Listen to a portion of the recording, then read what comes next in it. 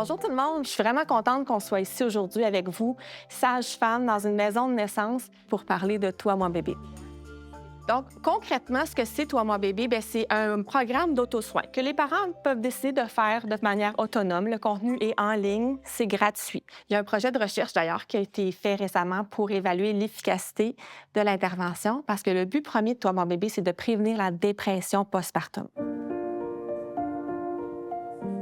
Toi, mon bébé, ça peut être vu un peu comme un mieux-vivre de la santé mentale périnatale. Parce que, on le sait, il n'y a pas beaucoup sur la santé mentale périnatale dans le mieux-vivre.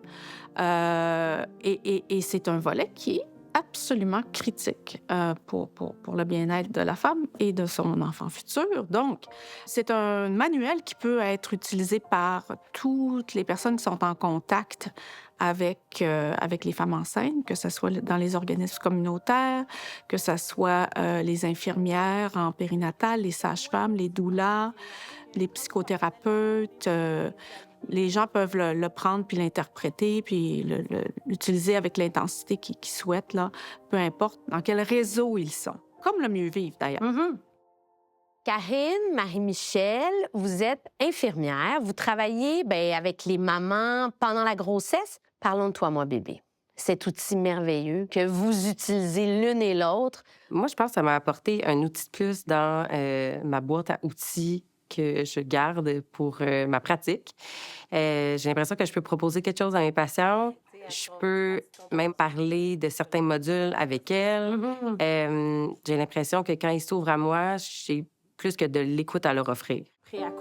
L'utilisation de Toi, moi, bébé est vraiment aidante, surtout quand elles font un retour à la maison, dans mon cas, après une nouvelle qui peut être quand même difficile, surtout chez les partenaires. Donc, Et- souvent, ils sont sans ressources pour accompagner leur conjointe dans ce processus-là. Moi, mon premier que je leur conseille toujours, c'est mieux communiquer, qui est l'outil essentiel pour là, la situation qui est présente, puis à venir aussi. Il y a toute la suite à préparer parce que là, on encaisse le choc, mais il y a toute la suite. Il y a l'après. En fait, tu sais, si on pense à l'histoire de l'humanité, puis que les femmes ont toujours vécu ça, parce que je pense pas que c'est un phénomène nouveau, bien, alors, si on pense préhistoriquement, puis dans l'histoire, on avait autour de la femme enceinte plein de gens pour la soutenir. La famille, la communauté, bon. Aujourd'hui, on a moins ça. Donc, un outil comme Toi, moi, bébé vise aussi à rappeler ça, l'importance du soutien social. Le soutien social, c'est comme la molécule pour la santé mentale, comme les molécules pharmacologiques le sont pour des problèmes de santé. Donc, c'est d'aller chercher cette espèce de médicament psychosocial autour de soi alors qu'on n'a vraiment pas envie de le faire. Hein? Quand on a envie de s'isoler, on a envie de rester seul, mais c'est d'aller à l'encontre de ces impulsions pour rassembler les gens autour de soi. Et donc, c'est pour ça que c'est important de le commencer en prénatal. Donc, d'avoir cette capacité, cette force de bien s'entourer, puis de demander de l'aide, ça prépare pour la suite qui peut être aussi très, très exigeante, le postnatal. Donc, il y a 3 niveaux pour Toi, moi, bébé d'utilisation. Il y a le niveau promotion de la santé mentale. Donc, ça, c'est monsieur, madame, tout le monde qui peuvent s'y retrouver pour mettre en place des stratégies pour qu'ils se sentent bien pendant la grossesse et en postpartum. Il y a ensuite l'aspect prévention pour les personnes qui ont des niveaux modérés, disons, d'anxiété ou de dépression. Donc, c'est léger, c'est pas clinique. Les gens fonctionnent, tout ça, mais c'est pas super. Puis ensuite, il y a les niveaux plus cliniques. Donc là, si la femme allait voir un psychiatre ou un médecin, elle pourrait recevoir un diagnostic. Donc, dans les cas les plus sévères, Toi, moi, bébé, c'est une intervention qui peut être utilisée comme adjuvant à un traitement. Donc, c'est pas une intervention qui peut être utilisée en tant que telle pour les gens qui ont des problèmes cliniques, mais si le médecin traitant ou le psychologue ou la personne qui effectue le suivi, sage-femme ou autre, l'utilise comme outil en complément de l'autre intervention, bien là, ça peut faire du sens. Comment est-ce que vous voyez l'utilisation de Toi, moi, bébé? Est-ce que ça fait écho dans votre pratique? Est-ce que vous pensez que ça peut être quelque chose qui est utile? Je trouve qu'au-delà juste de la prévention en santé mentale, ça résonne beaucoup dans la préparation à la naissance et à la parentalité, parce que je trouve qu'on C'est dans la démarche d'autonomie des femmes, nous, on les encourage à aller réfléchir qu'est-ce que tu as besoin pour te préparer. De nos jours, les parents sont très, très, très focusés sur comment prendre bien soin du bébé. Là. On veut donc que le bébé est bien, puis que tout soit parfait pour le bébé. Puis là, j'ai l'impression que ça aide à remettre le focus sur l'importance de prendre soin de soi en premier comme parent. Fait que déjà, l'intégrer en grossesse, je pense que ça va être vraiment aidant. Ce qu'on a voulu regarder, c'est est-ce que Toi Moi Bébé fait seul, autonome, versus Toi Moi Bébé fait avec un coaching téléphonique, fait une différence dans la dépression postpartum. En comparaison avec des femmes qui n'ont pas eu Toi Moi Bébé. Donc, un groupe de comparaison de femmes qui ont eu des grossesses en même temps. Donc, on voit des effets sur la réduction des symptômes de dépression. Donc, c'était l'effet principal qu'on mesurait. Il y a une autre partie des résultats où on montre que là, la différence entre Toi Moi Bébé seul ou Toi Moi Bébé avec coaching, les femmes qui l'ont fait avec coaching, ils ont un sentiment d'auto-efficacité plus important. Ouais. Donc, le self-efficacy, l'auto-efficacité, c'est le sentiment d'avoir confiance qu'on est capable de gérer les choses de la vie. Et puis, ça a été augmenté chez les femmes qui ont fait Toi Moi Bébé avec coaching. Alors, il y avait quand même un aspect positif au coaching, un aspect valeur ajoutée pour ça, mais pas pour les symptômes de dépression, etc.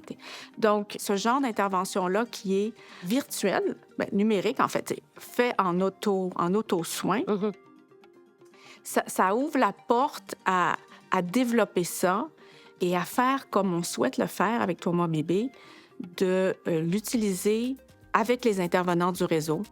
Je voulais qu'on regarde avec elle pour qu'est-ce qui pourrait lui faire du bien.